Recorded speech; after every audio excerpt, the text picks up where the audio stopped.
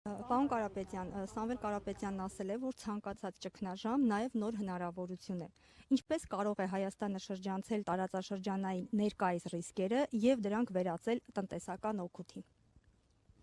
Տեսեք, ինչ խնդիր մենք ունենք։ Ժամանակին 1979 թվականին, երբ Իրանում տեղի ունեցավ իսլամական հեղափոխություն եւ հետագայում տեղի ունեցա նաեւ Ամերիկայի Միացյալ Նահանգների դեսպանատան հետ կապված հայտնի process-ներ այնտեղ,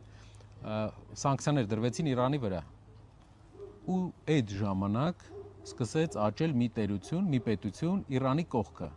Օրմուզի ջրանցքից այն կողմ։ Դա Արաբական Միացյալ Էմիրություններն էր, այսօր Աբու Դաբի, Դուբայ, որոնք սկսեցին աշխատել, դառնալ ֆինանսական կենտրոն իրանական առևտրի եւ աշխարհի միջև։ Միացյալ Էմիրությունները օգտագործեցին այդ շանսը։ Այս պայն մեր հարևան բարեկամ Իրանը ունի խնդիրներ,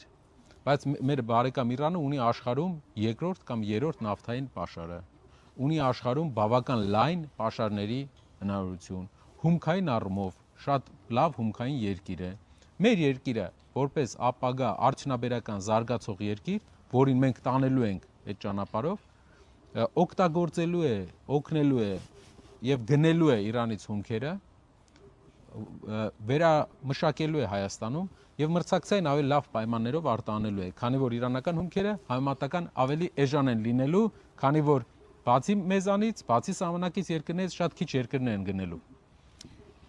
Թույլ տվեք մի հատ հարցի շարունակությամբ եւս տարածաշրջանային սրացումների ֆոնին որքանով են արդյունավետ իշխանությունների արձագանքը անվտանգային այդ մարտահրավերներին եւ արդյոք սա համարժեք անդրադարձ է ստեղծված իրավիճակին։ Արձագանք էր մեր իշխանությունները, մանավանդ ես տեսա, որ ավտոբուսի մեջ ինչ լուրջ քննարկումներ էր գնում Իրանում տեղի ունեցող process-ների, նաև մենք մի քանի նկար տեսանք, որ